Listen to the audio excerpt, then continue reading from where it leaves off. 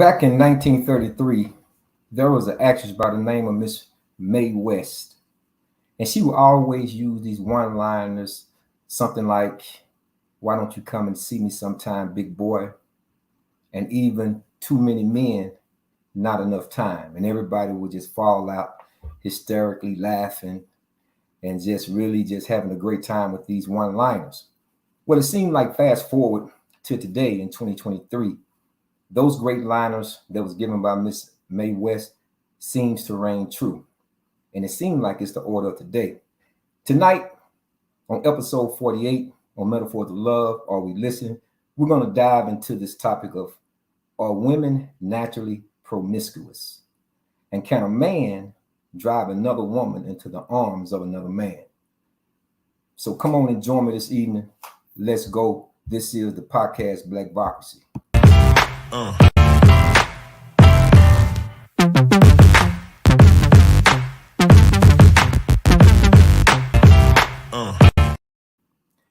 So good evening again. Welcome to another episode of Blac-Vocracy. I'm your host, Jibreel Rashad. This is our 48th episode. And as I just previously stated, we're going to be diving into this tough subject called promiscuous. Are women naturally promiscuous? And can a man drive another woman into the arms of another man? And before we get into this, I want to just cover a few things. We're coming up on the next two episodes that we're going to be doing, 49 and 50. We'll be doing strictly going towards Blac-Vocracy podcast. So we will still be inclusive with Metaphors of Love. Are we listening? So I just want to kind of get that out there. So just want to let you all know that. And so we're going to get into this. I'm still waiting for my co-host to come join me in just a second. But until that time comes, I want to go ahead and talk about tonight's subject. There's a lot going on in the world today. We see young people that are just pretty much, the competition's never been, I guess, any greater. It's never been any greater. I've actually been on conversations the past week or so, having this very discussion, texting back and forth with individuals regarding promiscuous young women of today. It seems like there's this competition where they seem as though they have to get their lick back. That's not my language. That's their language. And when a person was telling me this regarding this individual getting their lick back, I said, what is that? I mean, and when they defined what that was, I was truly taken back by that. And this young person, young female. So we have to change the narrative, change this behavior, change this mindset about being promiscuous. But it's going to be some interesting points that I'm going to bring up this evening regarding promiscuous. I use the word naturally. Are women naturally promiscuous? Naturally promiscuous. And what you'll find out from a scientific standpoint, that we're not that far off. We're definitely not that far off. So I'm going to get into that just a little bit. Just give me just a second here while I clear some things out. And we're going to get started with tonight's episode on Metaphors of Love. Are we listening? Okay, so again, we're going to come a little bit different this evening. We're going to come with the biology aspect of it. We're not going to leave out the spiritual aspect of it, because I believe that there are two ways we're going to have to approach this. Two ways, spiritually and scientifically. And for me, I think they run together. They run together. But as we also should know and recognize, some things are just not based on scientific proven observation. A lot of it is still based upon you just having faith. But we can't prove everything. We can't see everything, just like the air. We don't see air. We just inhale air and we exhale air, but we can't see air. So that requires faith. But God do bless us with the ability to have observation, reason, and thought, which is where science come into play. So science, based on some of the things that I've read recently regarding women being promiscuous, dealing from a biological perspective, believe that women are genetically programmed to have sex with multiple men. And this was pretty much set up that way in order to preserve the right sperm, if you will, for the child. Now, this is what some scientist says, according to the U.S. Scientific Journal. They did an observation and a study on this, and they said the reason why those women are some, I'm not going to be all inclusive and put, a legion of women in the same circle.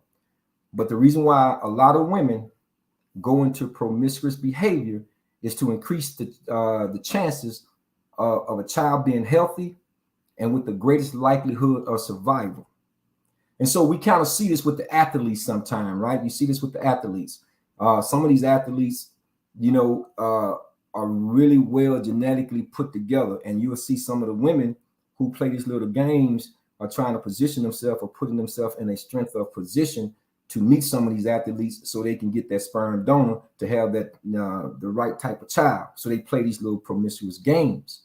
But again, these things are being said scientifically. We'll get into the aspect of the scriptures in a second, and we'll look at what God says in regards to this promiscuous behavior. There's a theory that's supposed to help explain this high incidence of mistaken paternity. It's been sometimes evidence or suggested that 1 out of 7 children is not the biological child of the man whom they say the child belongs to. 1 out of 7. Think about that for a second. So what games are really being played? Because when a woman doesn't know who the baby is, that's a big issue. That's a big problem. And we have to address those things. So the question is, as we dove into this further and further and get deeper into this, is promiscuity or promiscuous behavior, is it natural for a woman? And before you just say yes or no to that, I'm going to remind you, we're going to take a scientific approach too, because God also created science and we have to study science. Science is real. Religion and science do go together, but science doesn't trump having faith. I want to make that very clear. But you can grasp from science the things that are necessary to have a productive society as we advance in modern technology. So science does play a big part in the advancement of civilization and human life. So I don't want to disregard that. But again, all of these things have been studied by scientists. One science group, the U.S. National Academy. That's another science group, according to the U.S. National Academy of Science, that a female guppy, this is a waterfish, a female waterfish, is promiscuous rather than monogamous. Okay, I'm gonna say it again. This waterfish that's called a guppy is promiscuous rather than monogamous. Okay, and that's simply because she increases the quantity and the quality of her offspring. Now, I find this to be very interesting. Very interesting. When we go into the animal kingdom, right? They have a group of other animals. Listen to this very carefully, because they did two scientific reports that reported that when you cross into the animal kingdom, there are certain animals like birds and bees and fish and crabs, scorpions, reptiles, and other mammals, which human beings are mammals too. I don't want to get that twisted. Human beings are mammals too. We just have the ability to reason and to observe and to think, because God has put in us that will to be able to do that. However, when we look at it from a natural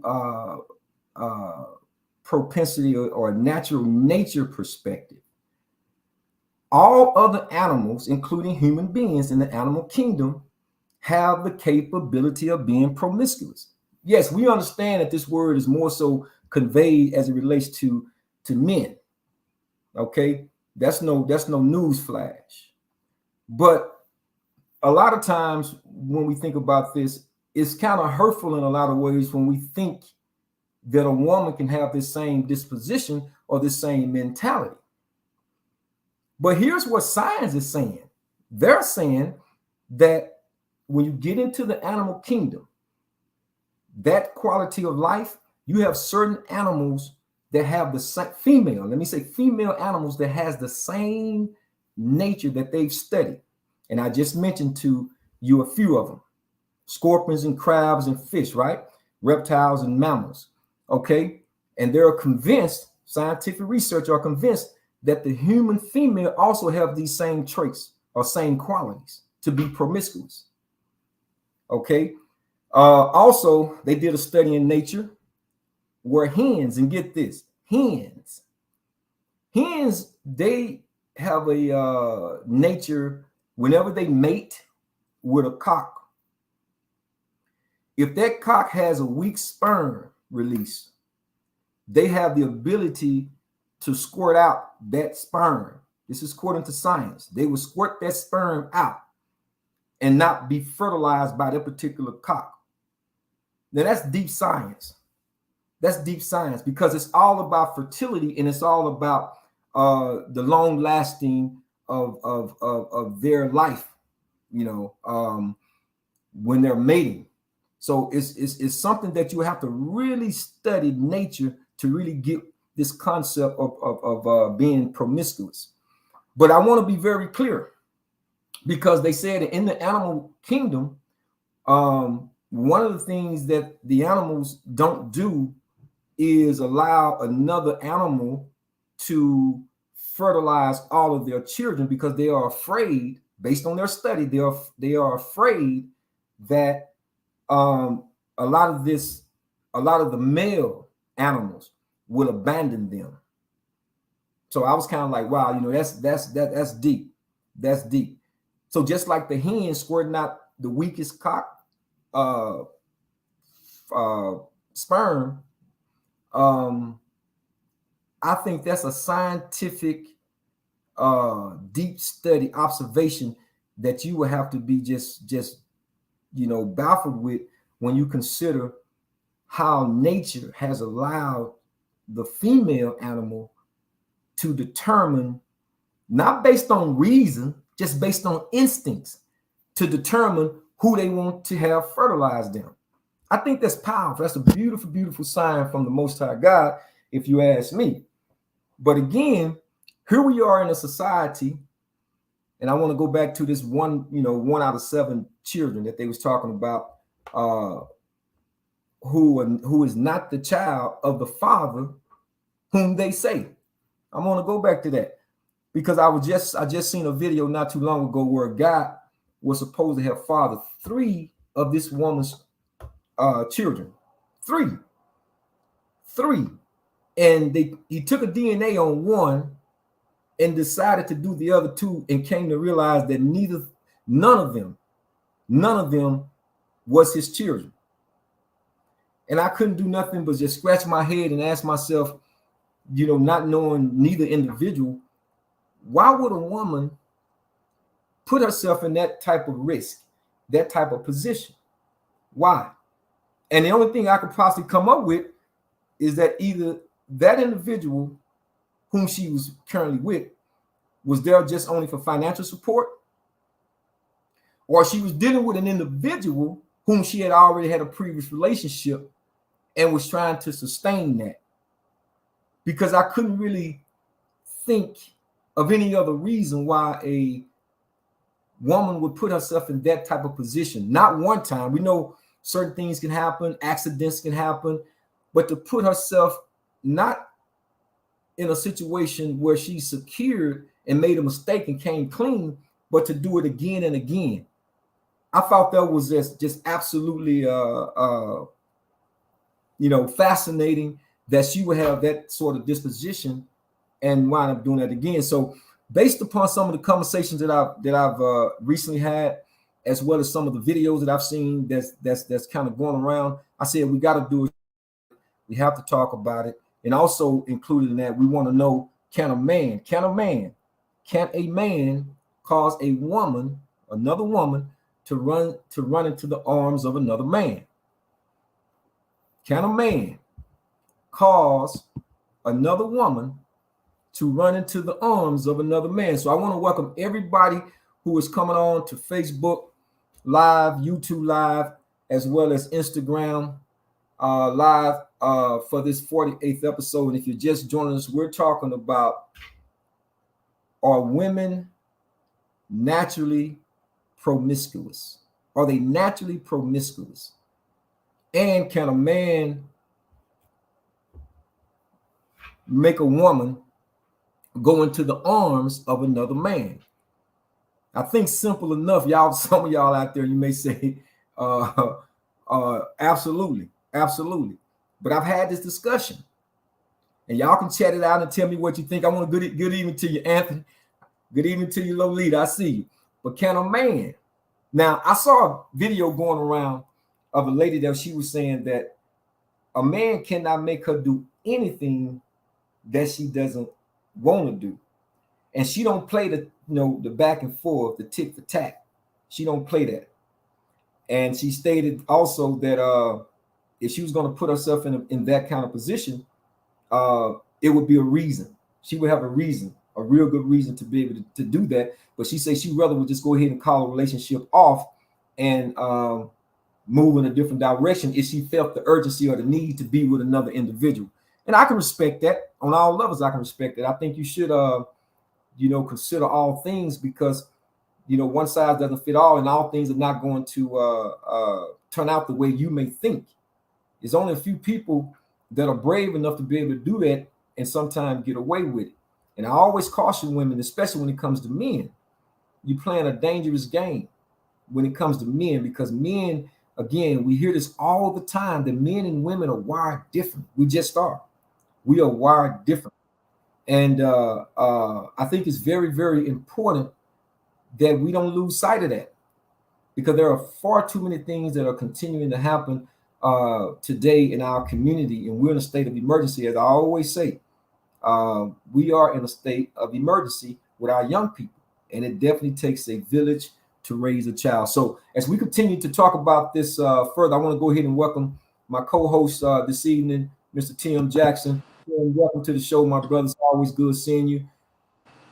The pleasure is mine, my brothers, always. And it's a blessing again to be with this audience and actually providing what we provide, and a blessing also to look at what we want to do and make sure the ones that's coming after us has a better vision of what should be happening in their lives and the people around them, and showing that love and care that we need to have. So it's always a blessing. So thank you.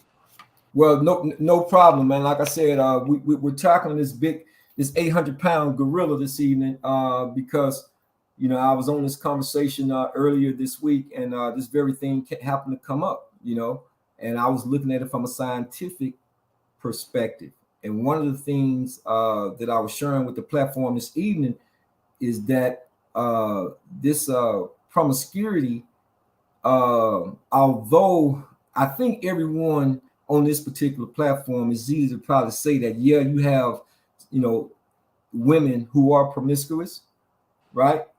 The percentages of that, I don't really know. I haven't really looked that up. But at the same time, I do believe that, okay, let me give it to you. I'm going to give you, because it's just crossed my mind.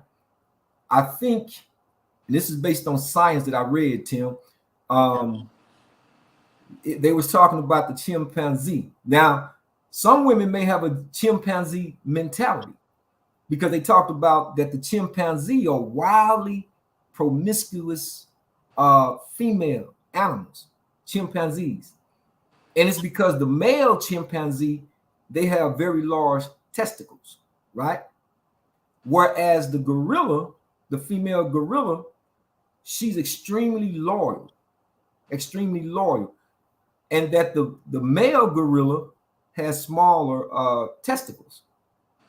And I also concluded that by saying that in nature, they say that one of the constellations is that the female animals, they won't allow another animal to fertilize them completely, because they are afraid that the male animal will abandon them.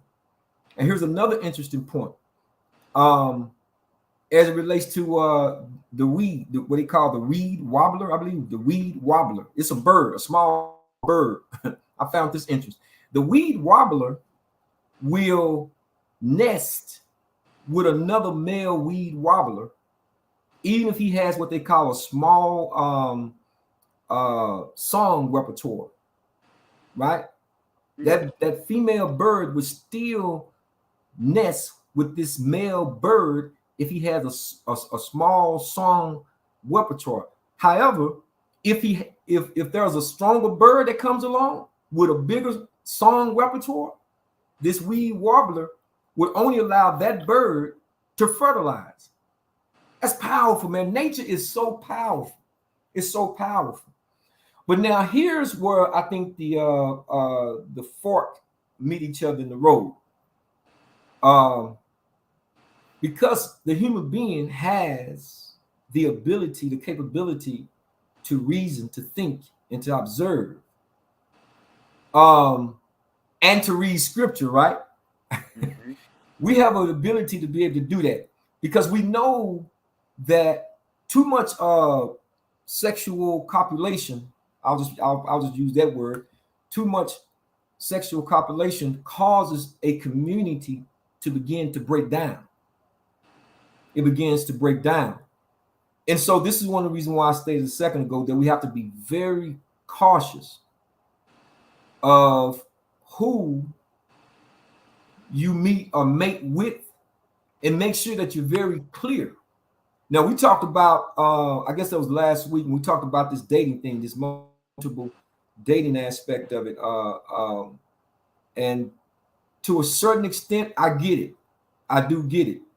I quoted one of the actors that lived, where used to be movies, doing these movies back in the 30s, Miss Mae West. She used to always say, "Why don't you come and join me sometime, big boy?" Or she would have this statement, "Too many men, not enough time," right? We have allowed statements like that to formulate in 2023 to where there's no inhibitions or no restraint. It's kind of like it's just this recreational behavior, or you driving down the highway while ignoring, the speed limit, the signs. And this is a great issue, a big issue. So I wanted to bring those few points up as it relates to the animal kingdom, because nature, science, as well as religious scripture definitely has its place. And we have to study the charts. We have to look at and examine this information. So I want to go ahead and turn the mic over to you for just a second while I still welcome everybody that's coming on to Facebook as well as IG Live. Let me get my IG Live together here, Tim. I'll go ahead and turn the mic over to you. Okay. You were definitely getting deep over there. So I was like, okay, go ahead, my brother. You brought in a whole bunch of things that had to do with bonding. The art of bonding, I would like to say. So the art of bonding, and how do we bond together, right? And some of it has to do, we talk about the alpha male and things like that in the past many times. And, and then, of course, you got breeding that comes along where they put the strongest together and things like that. And then there's a natural nature thing about that, about bonding as well, too, about the strongest coming together as well. And you can see it even in our culture as well, too. The most attractive women want the top men, most earning men, and especially those who are earning and actually have good looks as well, want the top women as well, too. So, but that's always more intricate than just those little topics right there, because what are we? We are thinking people. We have minds, and we have deeper minds to reason and to rethink and actually control our urges as well, too. So we can choose to do so. And so in our bonding mechanism, we do understand a thing, especially those who are spiritual, about soul ties, right? So many times people talk about soul ties because soul ties has to do with how we connect and then how well you bond. People with many soul ties, especially women, this is a study they're doing over and over again about women on this, that the more women who have soul ties, they have a harder time bonding to other people after a while, right? And so with that, that's a lot to that. That could be from the memory, from spiritual, and also a disconnect physically as well, too, in the lower vibrations of the body, right? And some people call it chakras and vibration. So when you're vibrating at that lower frequency, there's a tendency to actually continue to do so if you've been doing it for a while and you don't feel that connect. Because once person feel connect and they've had that connection, that bonding is something totally different, and that bonding don't stop. As you can think about people, everyone out there in the audience can think about people that they have a soul tie to that actually they just remember.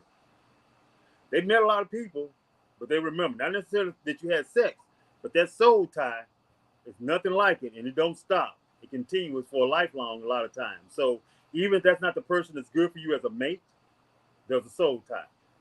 Right. You know what? It's interesting that you say that because it's oftentimes been said too, as it relates to women, that for every man that you give yourself to, it decreases your chance. It's an 80% chance. If you give yourself to 10 men, right, or over 10 men, for every man that you've given yourself to, it decreases the number of years that you will remain married at an all-time high of 80%. 80% is what is said. Man, that's a very, think about what I just said. 80%, right? And the reason why they find this to be true from a scientific perspective is because women being created from the emotional state of matter, if you will, her constitution, we always talks about this, is different. So she pours a lot into the relationship because men are more rationalizing and thinking more, but she's constantly giving of herself. So every time that she connects, it takes away from her emotional state. It drains her physically and emotionally.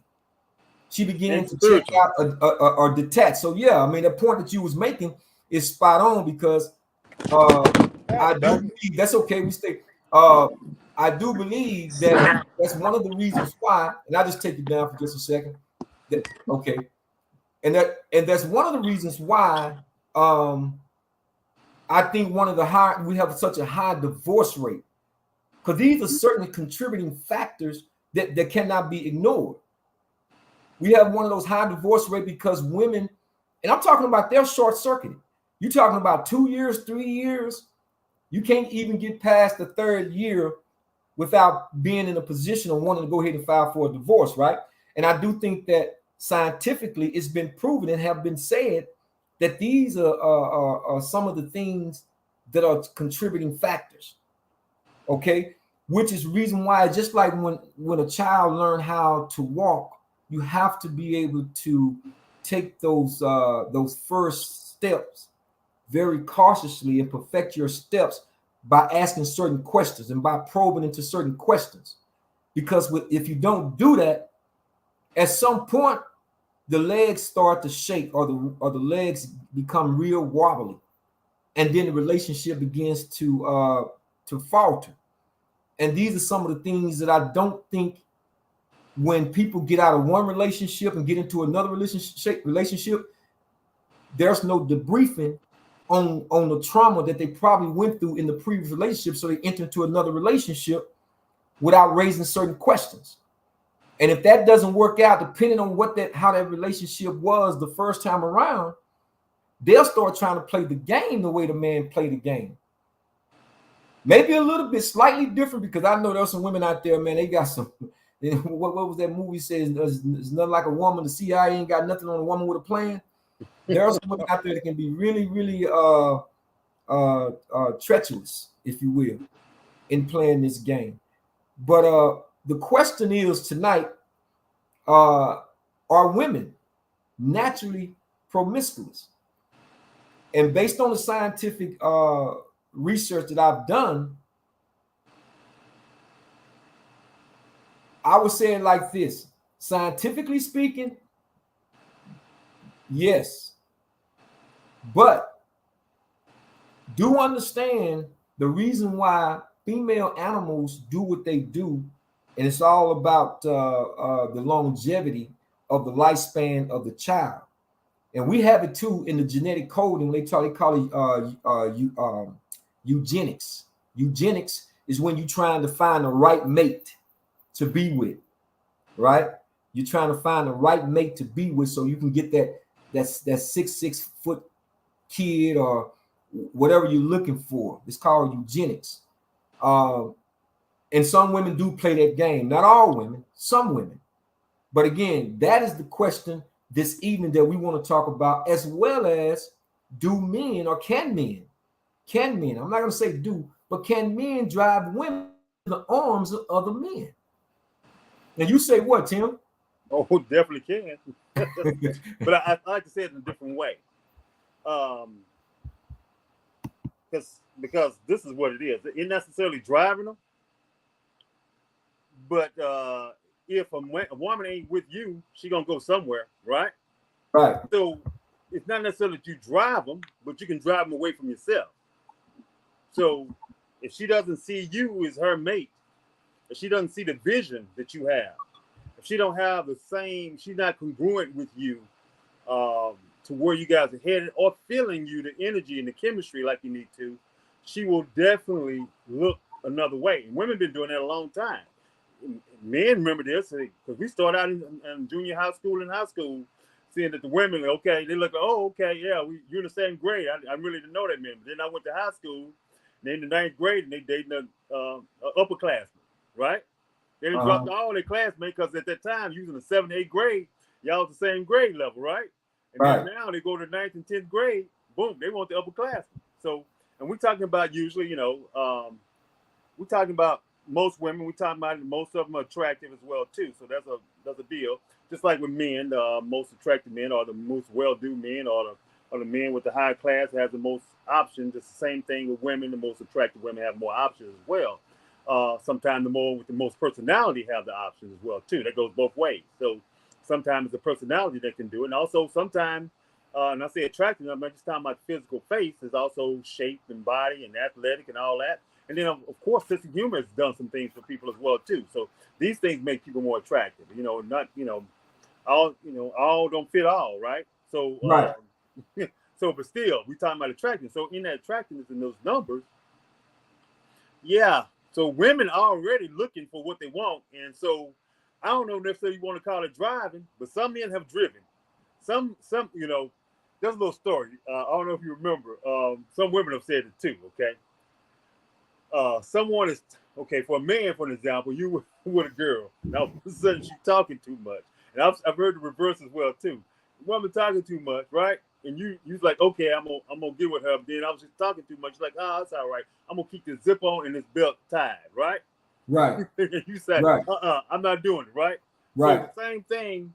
And some women say, hey, they were ready to pull their panties down and keep the panties up. So the same thing has happened with women looking at a man and saying, hey, I was attracted to him and all the things he said and his way he see things, I'm gone. I'm going another direction. So yeah, some men can drive them away, but on the most part, women go the way they want to go anyway. Remember, they got what they say, it's my prerogative to change my mind. Right. Well, you know what, Tim? But here's the thing, though. And for those of you who are just joining us on Facebook as well as YouTube Live and IG, we are talking about can a man drive a woman into the arms of another man? And are women naturally promiscuous? I think that the two kind of sort of go together to an extent. But Tim, here's the thing. We live in times where I'm basing this on a video, and I don't know if any of y'all saw the videos. The lady, she was out and she was teaching the young lady how to sit, basically she was giving her etiquette class on how to sit down in a vehicle, and get out of the vehicle, so forth and so on. And so I got into this kind of like this textual dialogue, which I don't really do much of, but I got a lot of likes in how I replied, how our community need a lot more of that, because you don't see etiquette class being taught. There's a series of etiquette class, for both male and female, how to walk, how to talk, how to dress. And one individual, because of their lack of I'm just gonna put it like this, lack of seriousness, replied out, girl, just get in the car, and I thought that to be very small in their thinking. And I don't have a problem if you can't reach where people are trying to go, then that's on you if it's unreachable. But there are certain things that we sit back and we laugh at, or we or we disregard, or we're insensitive about, right? And when I think outside of our community, think about other ethnic groups, yes, I got to make my points, because if it was the Jewish community, you can't say nothing about the Jewish community before they're trying to shut you down. They're going to try to shut you down. And Asian women don't have this issue or have this problem. And we're the ones who have the issues and the problems. And we feel as though, and not all, let me preface that by saying not all of us think this way, because I got a lot of likes and responses. Even brought some brothers on, was letting this young lady have it, to the point where I didn't even have to text anymore. But I'm saying, how could you not be disturbed in your soul about what you see out in society? When young girls are sitting here saying, it's basically out with the old, in with the new, those things are antiquated, with that, those things are outdated, and it doesn't make any sense. And so the person didn't get what I was saying when I said, well, you know what? You might as well, according to your school, you might as well ask the moon to switch with the moon. So she said she didn't get that analogy right. I said, because it doesn't make sense. Do it. It doesn't make sense. Why would the sun want to switch with the moon when the sun is the biggest light? So you're going to say, well, God has put in scripture that the scriptures have to be thrown out. You will have a better chance at spitting at the sun to put the sun out before you can destroy the word of God. You think just because you don't like something or it doesn't line up with your message or your school of thought that's going to trump the word of God and what God says? Are you kidding me? No. So I think that we have to go back and re-educate, because education is better than re-education. And if you think education is expensive, try ignorance, because some things are made to be laughed at and some things are made to be spoken about without the laughter. And far too many times I see within our community where you have individuals who just gloss over certain things and call it sexist or call it whatever epithets they want to use to try to discourage this kind of mentality of people who assert themselves. And then they don't know the whole backdrop. They don't have the whole history, Tim. They don't. As I brought up, like, you got to understand programs like the Willie Lynch, right? 1712.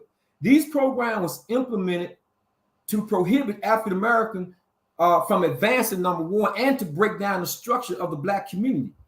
Because these things, marriage and the sacred regards for which we hold marriage to be truth, and these evidence are the cornerstone of society. And so you just want to jettison and just throw that overboard. And then when I remind you that it didn't stop right there, because as we advance, as I said a couple of weeks ago, prior to 1965, we had a 61% marriage rate, 61%. Now we're sitting at a 38 and it's decreasing percent, right? And I said, you don't think that this happened by chance. You think that this just happened out of osmosis. I said, are you kidding me? Because the reply that the individual gave was centered around women was being held in those relationships back then. This is how stupid this sounds. Women was being held in those relationships back then against their will. I said, no, the difference of what you have in the woman today versus the woman you had back then, with that woman back then, she understood something about value. She understood something about scripture. She understood something about integrity. I said, those women back then, the Miss Coretta Scott Kings, the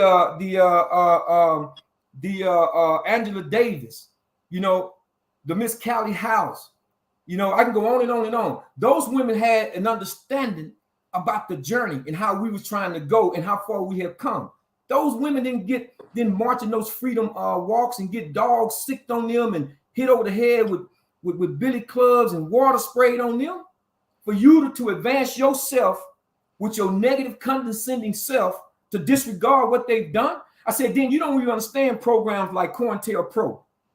COINTELPRO, which was another program instituted in 1972 to destroy the Black family. Because remember, as we was coming up the ladder in the 70s, everything was about, well, we moving on up, and we was moving on up. Do you think that the powers that be, the power structure, watched our community and didn't sit back and say, wait a minute, hold on. We seen this movie before. We seen this movie on Black Wall Street in Tulsa, Oklahoma with O.W. Gurley.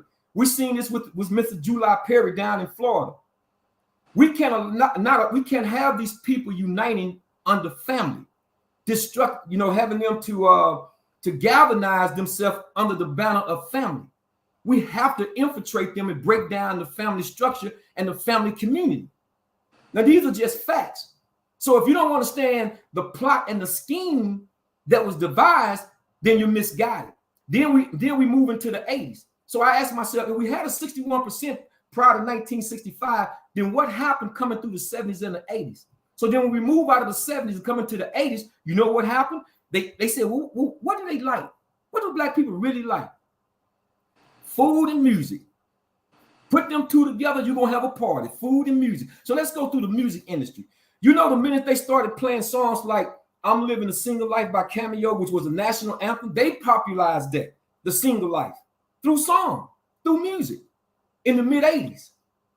The power structure that be and got us on some dummy time, some real dummy time.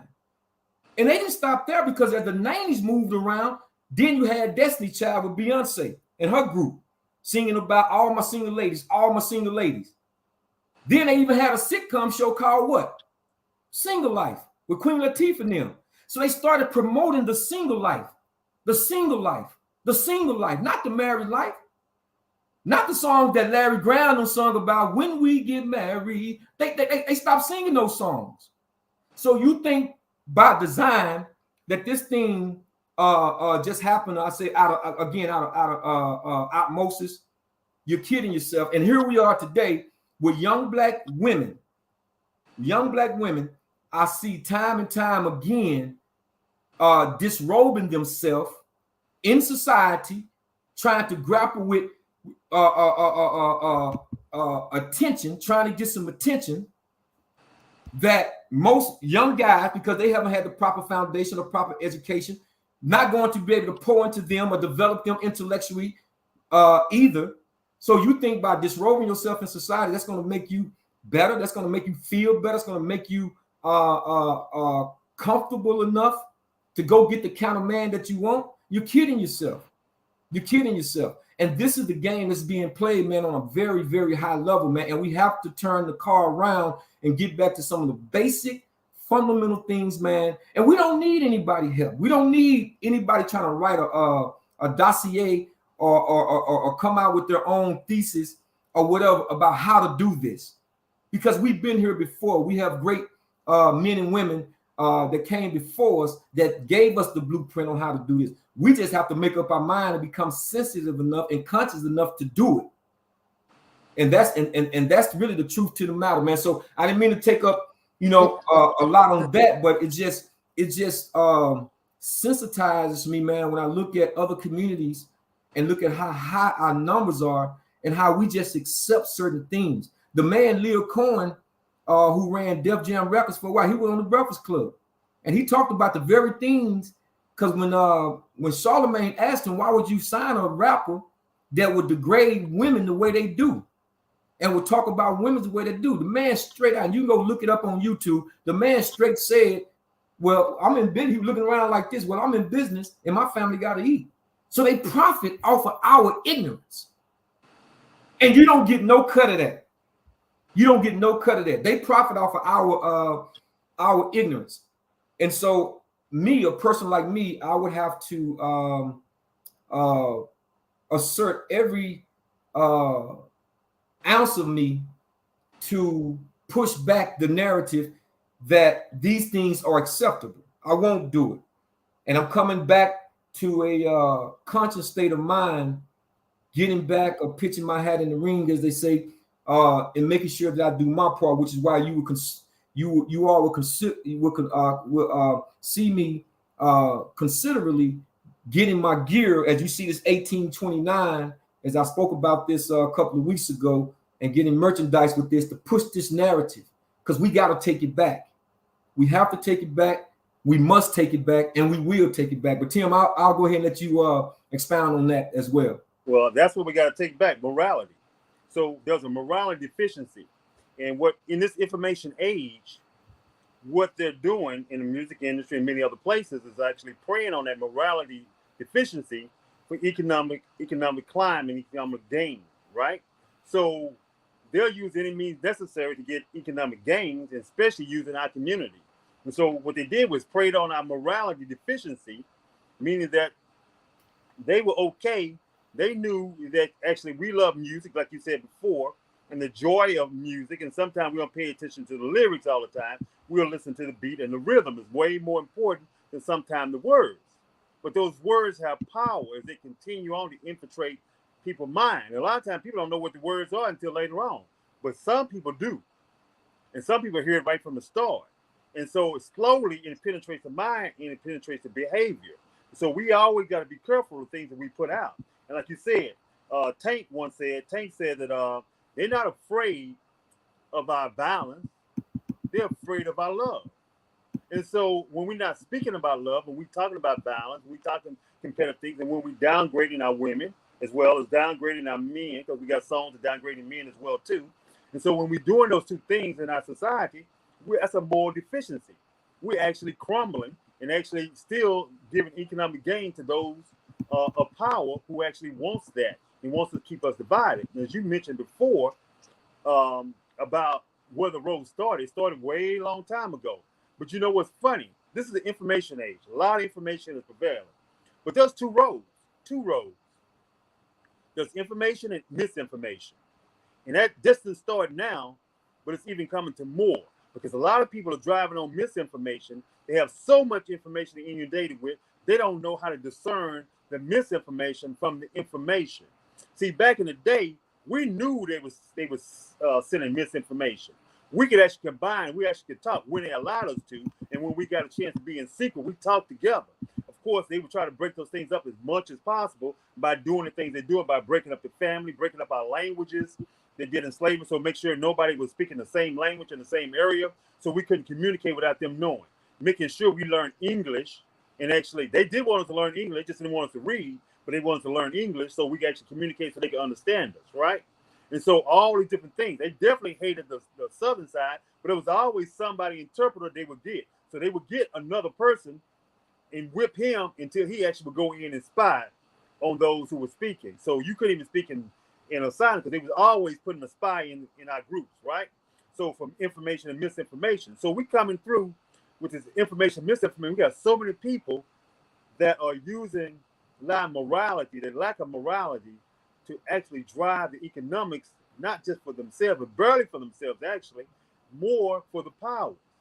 And we can't continue to do so because we keep doing that, our family's going to fall apart, and that's exactly what they want to have. That's why we've been on the show talking. We've been talking about how to unify.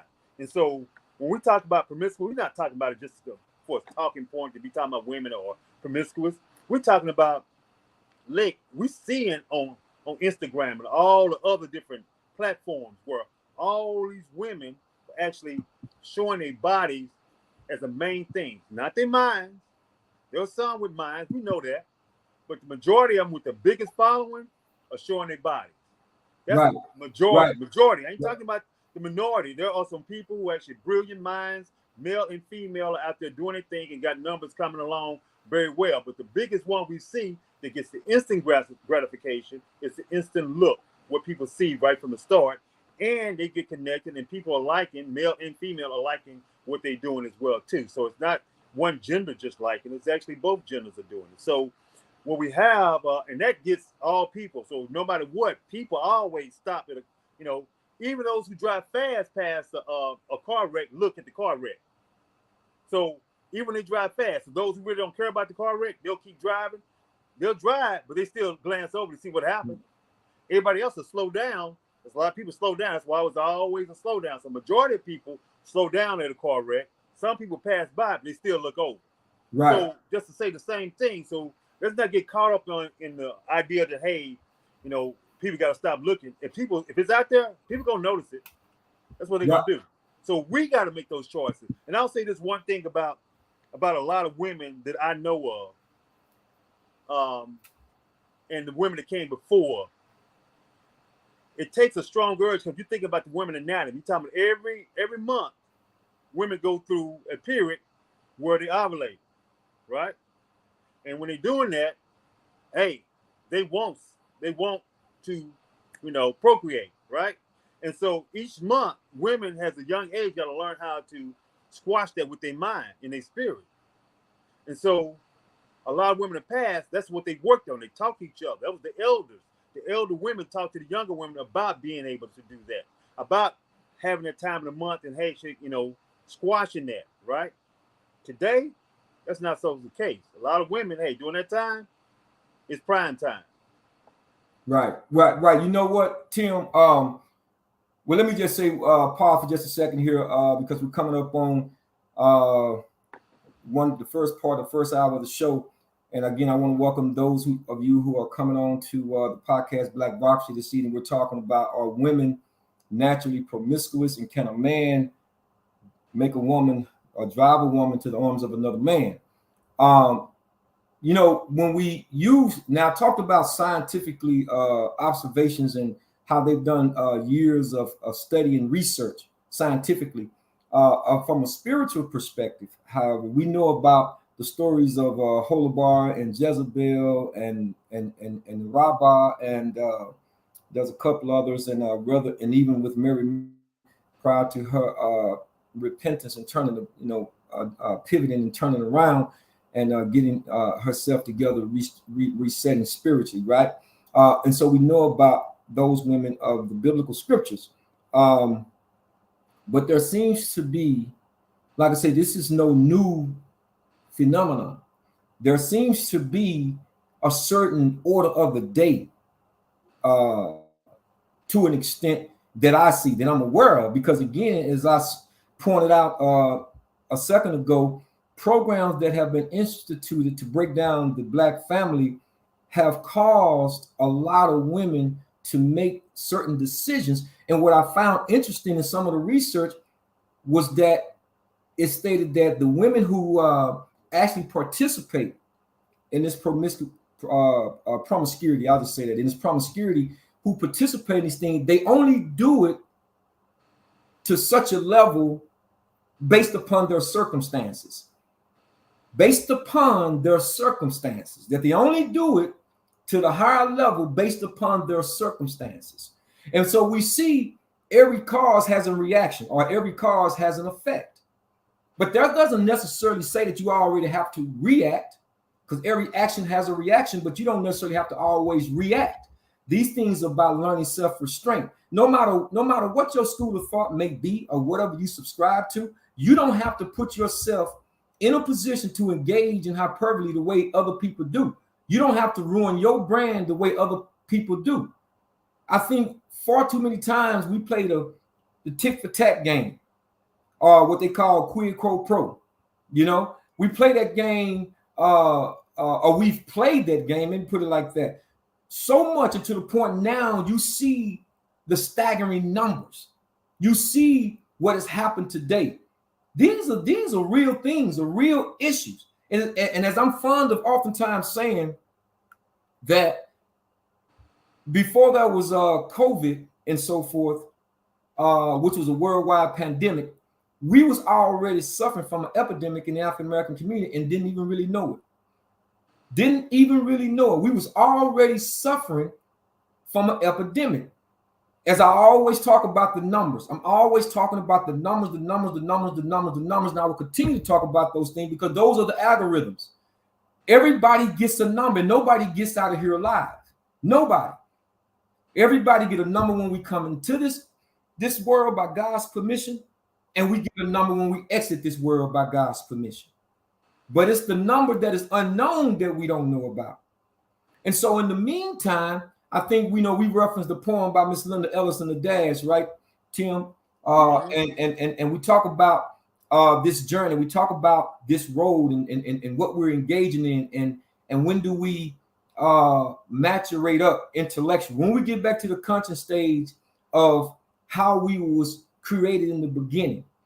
That's not, I think, the journey. I'll just say it like this: the journey to retrace our steps and go back is a lot shorter than the journey that you go on thinking that you're going to be able to figure it out in the United States. Because if you think that the United States have a curriculum for African American people to deal with their circumstances, their situation, you're fooling yourself. The one thing they talk about securing the people in this society, right? That we are about national defense and that we're about protecting the people. Let me tell you what their number one priority is. The number one priority on this country is protecting commerce, the enterprise. That's the number one thing. That's why they build up military. They're not concerned with your every day-to-day household. They're not concerned with the numbers that we got 75 to 85% of African-American women are living by themselves. They're not concerned with the divorce rate being 70% of all women, 31% are led by African-American women. They're not concerned with 54% of women not even being married. They're not concerned with that. And for those who sit here and continue to propagate this single life and plan as though you're playing the guitar because it fits your rhythm. You keep playing this game over and over and over, you're going to find yourself, because time is undefeated, and you're going to find yourself wasting a whole lot of time wondering, where did all the time go and what could I have done better? And this is where we are today. This is one of the reasons why IG, this is one of the reasons why YouTube, this is one of the reasons why Facebook, that we do platforms like this. This is bigger than Jibreel, way bigger than me, which is one of the reasons why, again, I got to do what God has given me to do in terms of changing the narrative, because metaphor of the love is just only, it's only a glimpse of what we have to do. This thing is so expansive, just like the universe is so expansive. There's a lot of work to do. And for me, I feel like I've only just scratched the surface with some of it. So yes, I have to be able to say, okay, we need to talk about this. Yes, we need to talk about that. Yes, we need to talk about politics. We need to talk about financial literacy. We need to talk about civility. We need to talk about everything that's going to advance us as a people once again, because we come from greatness. And I'm not going to let us retard our minds and Tim, I'm gonna take you down just a second. I'm getting some feedback from your mic. I'm not going to allow us to drink from the fountain of cretinism and retard our thinking and taking us backwards. When we know where we've come, we know what has happened to us in this society, and we're ruining ourselves, and we think that that it's going to change on its own. So yeah, if I'm on, you know, whether if it's Facebook or IG or whatever, and I see some foolishness out there, yes, I'm speaking out on it. I'm speaking out. And again, yes, I do subscribe to everything, don't need a reaction, but there are some things that do. And as I tell people, even some of my Muslim brothers and friends and my Christian good friends and my Jewish good friends, I tell them we all got to come together. See, we can dialogue over our differences later, but right now, because God gonna ask each and every last one of us, what did you do to help change the narrative? Or did you just talk about the situation, or just threw caution overboard and say, and begin to convince yourself that, oh, I can't get in that. It's kind of like when we talked about last week, Miss Hood. Was it Miss Hood or was it the Hood? Based on the shooting that happened in Chicago. Because I do believe, now you can't intervene in every situation, I definitely get that. But I truly believe that the gentlemen that was standing behind that could have stepped up and said, hey man, hold on for a second. Somebody could have said something, because that got out of hand, and really in my estimation, shouldn't have happened. It shouldn't have happened.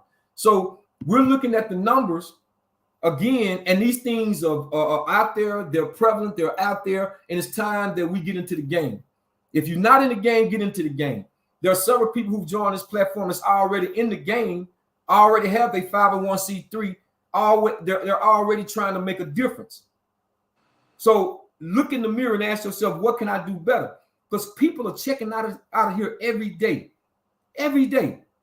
And Tim, I don't know if you're aware of this, because I want to dedicate this show. I didn't even know if I was going to come on and do the show this evening, but one of dear friends of mine, we played Little League together, Papa One together. He was just at the podcast event that we did. Dallas police officer Chris Jackson passed away. I don't know if you was aware of him. Yeah, man.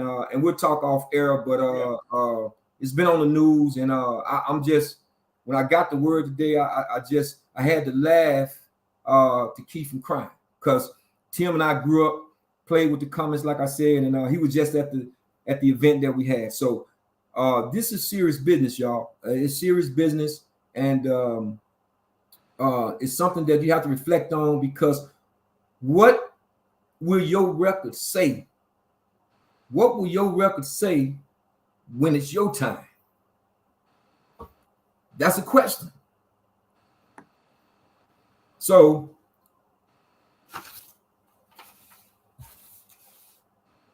it's something to think about. Tim, go ahead. Just give me a minute. You know, it's funny, and I'm sorry to hear that. And I put his family in my prayers. I put his family in my prayers without a doubt, and all the friends that connected, as well as you.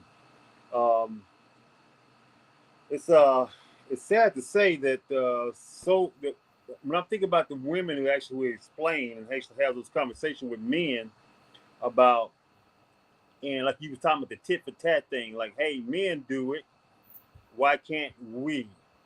And that's when I had the situation we talked about for soul ties. But not only that, why would you want to? Why would you want to connect to so many individuals and have the society, back in the day they call it a scarlet letter, right?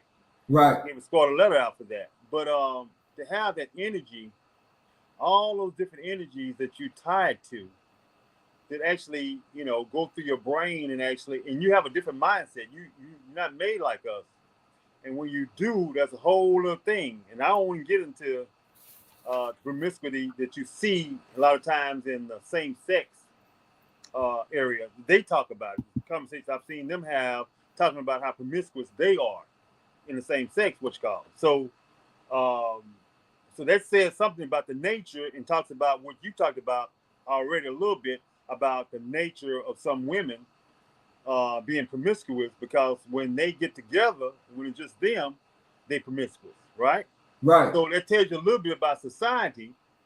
And even in that, you're going to have those who are not, because it's still a mindset. You got to have the mindset. You can actually not do anything. You can actually be someone who's not promiscuous by your mindset. That's male or female. That's by choices. But we have urges, and the key is, what do you do? Mind control and mindset is so important. And while we're on the show, that's what we're talking about, the mindset. What is your mindset? What are you trying to accomplish? How do you see yourself? What is your legacy, as Jibreel was mentioning earlier? What do you see your family? What are you passing on? What's the legacy you want to have? What do you want your children to see? What do you want them to feel, right? Yes, you want a certain amount of freedom. I understand the freedom that people have, the freedom of choice. But with freedom of choice has a responsibility, accountability has to go with it. It has to have a bit of consistency, but also with that, real important to have discipline. Because you don't have discipline, how do you accomplish anything? And then when you do, without discipline, things are all over the place, and you're wondering why events are happening to you like they are. Because a lot of things happen when people aren't disciplined. A lot of things happen to people that they think should be happening, but it's because of lack of discipline. Things happen to you. So we're not speaking about the exception. We're speaking about the rule. The rule of discipline is one powerful thing. And so it's just not discipline, of course, it's consistent. It comes with discipline. All these things come along. And of course, you got to have the forethought to actually start something as well, too. So, but we got to start the right things. Feed ourselves with the right things. Just like the nutrients you put on a plant and in the flower, we got to nurture things the right way. We got to do those things that actually going to help us grow, bound, and actually be able to actually populate and spread with strength, not with weakness all spread out like this, but with this powerful fist together, unifying. Just like you said, no matter what religion you're in, no matter what your spiritual belief is, God sent down information for all to understand. And we pulled in all that information. The likeness is way greater than the division. We pull back that unity instead of going around trying to figure out the way we are divided and figure out the ways we can unify and actually progress and come together and not be telegraphing everything to everybody around the world. Stay in, stay focused, stay consistent, and unify, and we'll grow. Yeah, and I agree with what Donna says. Donna said we all have to look at the bigger picture. We do. We have to look at the bigger picture. Again, I want to welcome everyone that's still coming on to Facebook as well as IG. We're talking about the promiscuous part, are women naturally promiscuous, and can a man drive a woman into the arms of another man? So we're coming up on the last 30 minutes of the show.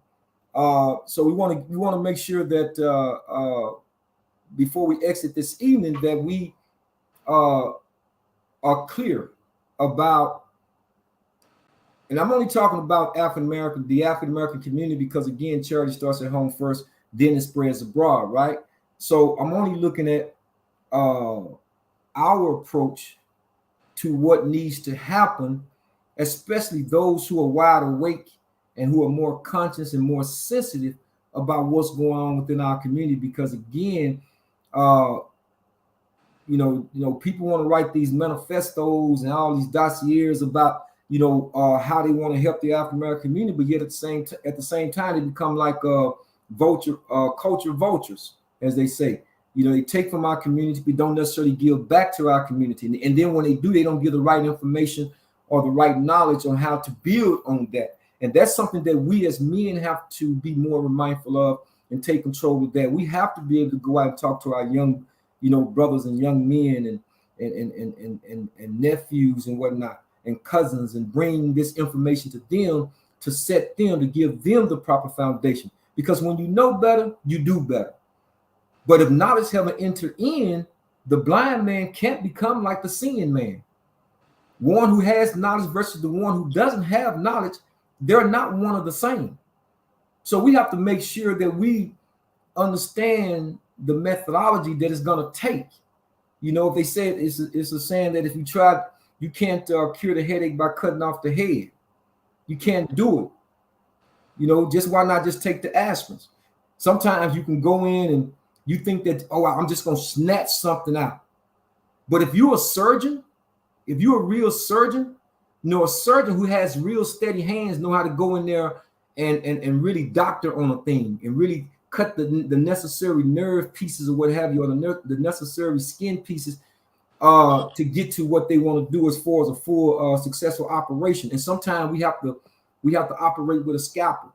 We have to be intellectually engaged to go in and create these programs and become the necessary savant individuals that we should be, to be able to help facilitate this information. We have to give the medicine in its proper method to help change the mindset around. And more than anything, I think one of the number one ingredients, we have to have patience, which a lot of us don't have. We don't have patience. And I am one who advocates all the time that patience, and patience became my best friend. Patience. Because there was a time when I wasn't patient. You understand? So I think that we have to, one side doesn't fit all, and all of us have to do a reality check and look in the mirror and say to ourselves, I may not have done all the things when I started this life journey the right way, but I want to make my successes now, the stories and stuff, the new opportunity that's being presented and created, I want to be able to take that with me and to be able to do something even greater and bigger than myself, because it's always bigger than the individual. I got, my buddy on here, he told me several weeks back, he told me to slow down. If he's on here, he'll know who I'm talking to. He told me to slow down. And I looked at him, I said, slow down. You've been telling me that for a long time, to slow down. I said, no, I need to speed up. I said, I know the vacation I was on, I slowed down. I need to speed up, because time is fleeting. I keep telling it over and over again. Time is undefeated. It's fleeting. And we have to be conscious of those things and don't take anything for granted. Don't take it for granted, because every day you walk out your door, you're taking another risk. That's another risk. And I always tell you, my own children, when they say certain things, I said, you say if it's God's will. We say it in the Arabic language, inshallah, inshallah, inshallah. And we say it because how do you know? How do you know that you're going to come back? How do you know that when you leave your house at 8 a.m. in the morning that you'll be back? How do you know? Explain that to me, because I don't know. I don't know. So I count every second, every hour, every minute And I embrace that. I embrace it because it is the proper thing to do when you recognize something bigger and greater than yourself. So when I see situations again that's happened within our community and can be just vicariously picked over. This woman, she took the time out, and you can hear the young lady in the background saying, yes, ma'am, okay.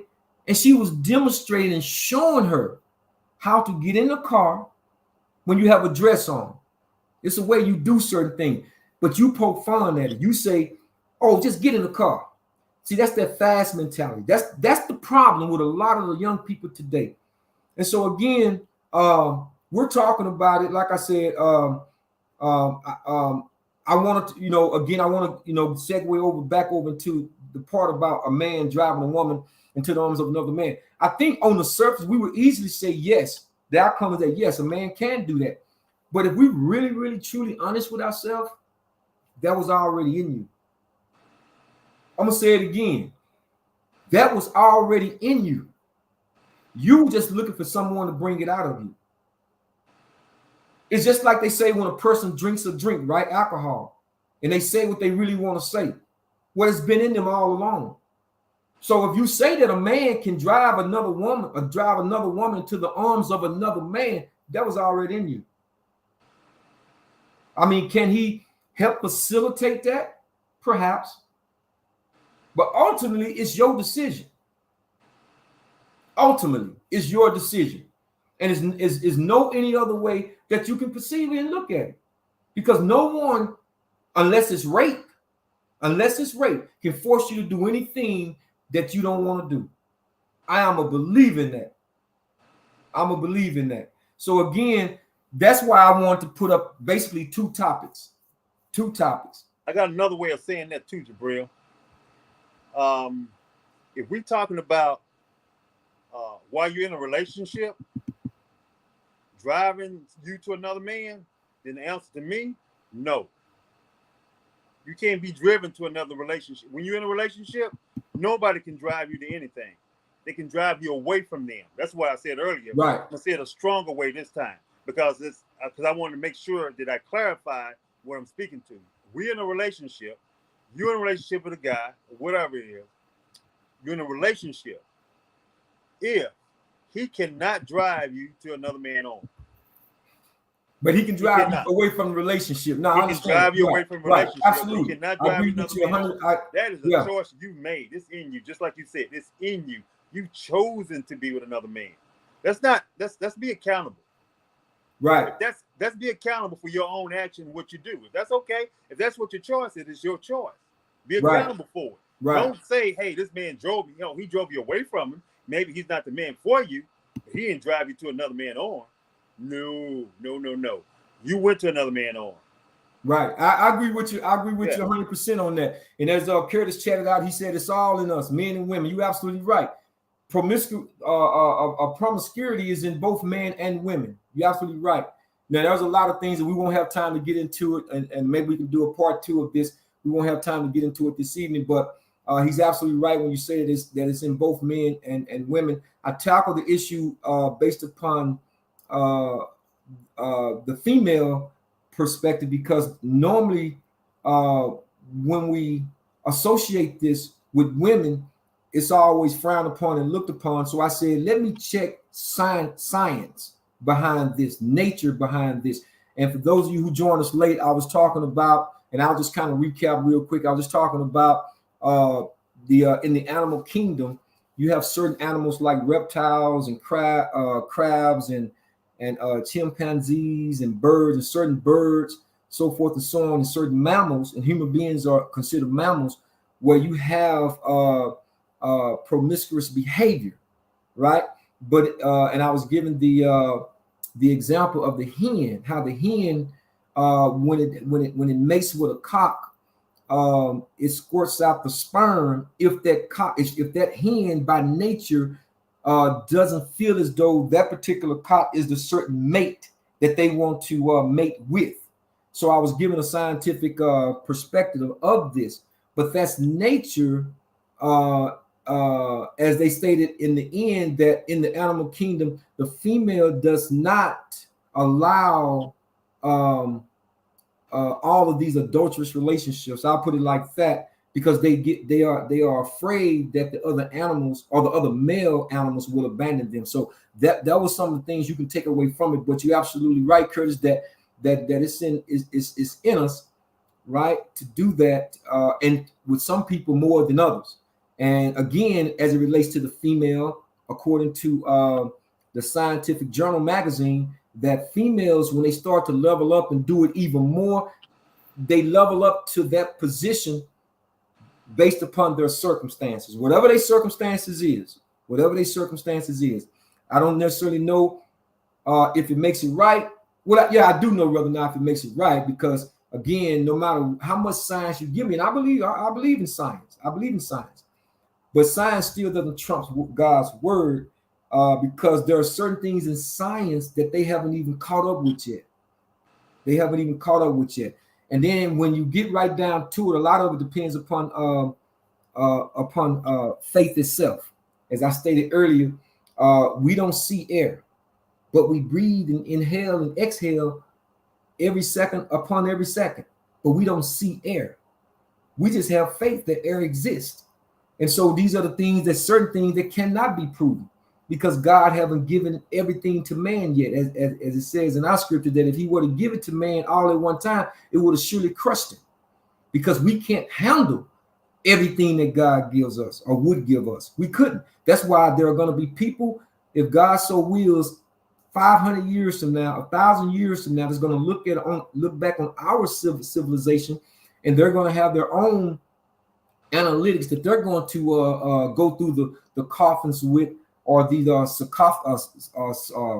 sarcophagus that they do over in Egypt, and go and start, exfoliating and looking at all these fossils and anthropology and everything else. They're going to have those things. They're going to look at us, and they're going to be able to write on us. Maybe writing may not even exist by the time, if God so allows it. So again, these are some of the things that I wanted to bring to the show this evening. The time now is about 9:48, so we got about 12 more minutes left of this particular episode. This is episode 48. I want to remind us of what we're talking about this evening. Can a man drive a woman into the arms of another man? And are women naturally promiscuous? I'm glad we tackled this subject matter. I have 2 more episodes. When we get to episode 50, we're going to be doing Blac-Vocracy along with these title subjects. I'll still be talking about relationships and other things like that, but we have to expand the base now. We've been at this by the grace of God for a little over a year now, and I want to thank my day ones and everybody's been riding with me on this platform. I'm doing some things to ensure that we can continue to put out the proper and the right content, and we can get better and better. I don't know if y'all noticed a little bit of if y'all was on here when we came in on the introduction. I had some things. I'm working it out. I see my good friend Tara Robinson of Black Heart Association. She's back with us. She's been doing her thing with that van and going around from city to city. She's been making some noise with that thing. So Tara, thank you for joining us this evening. But again, when I was first, I would call her up sometime. Now, what I need to be doing, she said, put your hashtags on, or do this, or put your face on. They need to see your face. So she was helping me behind the scene too, trying to get reacclimated. So it's all good, and we're going to take this thing to another level. But again, y'all, Tim, I'll give you the next 3 minutes on this before we exit out on this particular episode this evening to have something to say on your end. You reminded me of something when you was talking about the connection of people and things. You reminded me of a study I did. I was looking at a while back, years back, called limerick bonding, and a lot of people have gone through some relationship, and it actually has like 3 parts to it. But usually, limerick bonding or limerick reaction is when a person actually, what we talk about a lot of times, their baggage, their past, that they actually are going through their intimate relationship, but they have a hard time in that relationship because they keep going back to abandonment in their past, going back to, being left alone or abused or something like that. It keeps them from bonding totally. So it's limerick because it's actually come from limited in a way, right? And so what happened with this is that sometimes, hopefully both people have an affectional bond, called affectional bond, where both people actually don't have it. They don't have their past, they don't have their history. That's what you want to have, right? But a lot of times either one or the other will have it. And so, or both of them would have it, and if both have it, it's a limited bond, and the other one's a limited, non-limited, right? So it's pretty simple in that. And they're just talking about when you're in a relationship, and what the stem is this: when we bond, and you have a hard time connecting, if you keep detaching. This is where I'm getting to the promiscuous part. If we keep detaching from a lot of different partners, you have a hard time bonding, because you will still associate in your mind, in your past, about disconnecting, about also being abandoned, being apart, being away from your disconnection. And so it's hard for you to bond if we continue having these promiscuous relationships. And so bonding is very important what we do. And women have a special soul tie that men don't have, their energies, because they are more emotional than men are. Both are emotional, both have logic. So let's not get in this idea that men don't have emotion. Both have emotion, both have logic.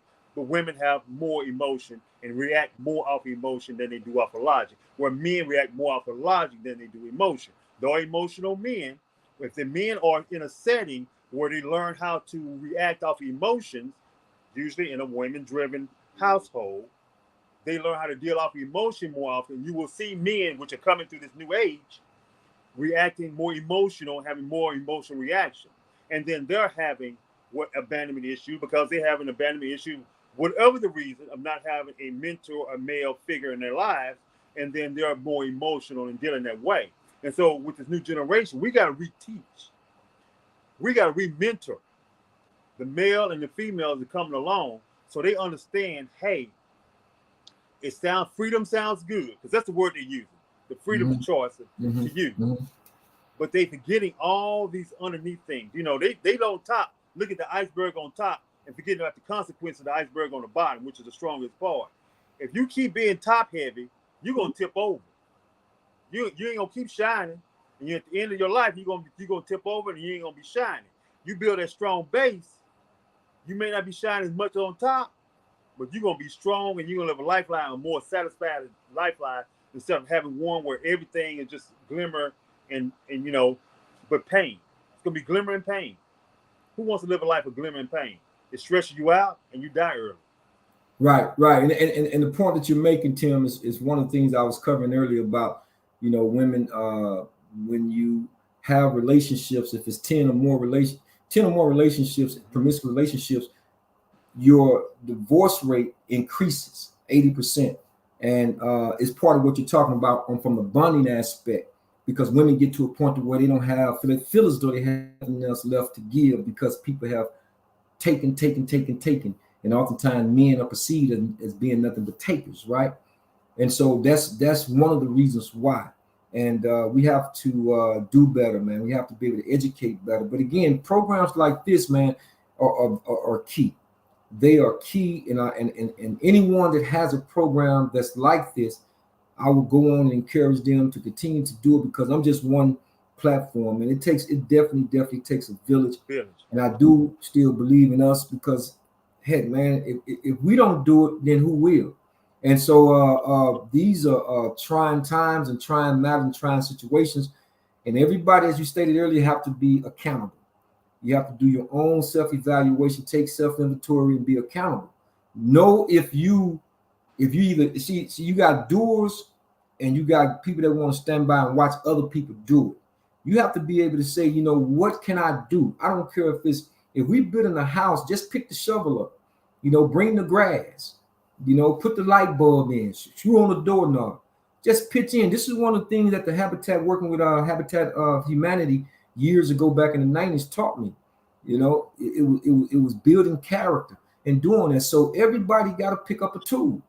We have to pick up a tool, and we have to go out and continue to be the people that God designed for us to be. Are we perfect? No. Will we hit the bullseye every time? Absolutely not. But the thing about it is we have to make more conscious decisions. We have to be more direct and say a word directly to the right. Say what we mean and mean what we say. These things are important. So this is going to complete tonight's episode. Again, this is Blac-Vocracy Podcast. If you haven't already subscribed, go to YouTube, just put it up, Blac-Vocracy, or you can type my name in, Jibreel Rashad, the number 29, because at some point, all you're going to get is just short feeds on Facebook, and I'm going to be on YouTube, and you want to already be there for where I'm trying to take this show and our future platform. So I appreciate all of y'all's support. Don't forget to tell a friend, remind them that we'll be back on every Thursday at 8:30 p.m. Central Time. We got 2 more episodes on Metaphor of the Love. We will continue, as I said before, we will continue talking about relationships. We'll continue to do that, but there are so many other things that we got to talk about, and we haven't even really scratched the surface really, because there's a whole lot of other topics that we need to get into. So again, I want to thank each and every last one of you. I know we didn't get into a lot of songs, but there was a reason for that. So just bear with us. God willing, we'll be back next Thursday, 8:30 p.m. Central Time. I want to thank everybody that joined me on Facebook, everybody that joined me on IG, everybody that joined me on YouTube. Be safe. God bless. And like I said, y'all keep your head up. Keep moving. And someone knew deep inside I was missing you. Thank you, audience. Thank you for being here.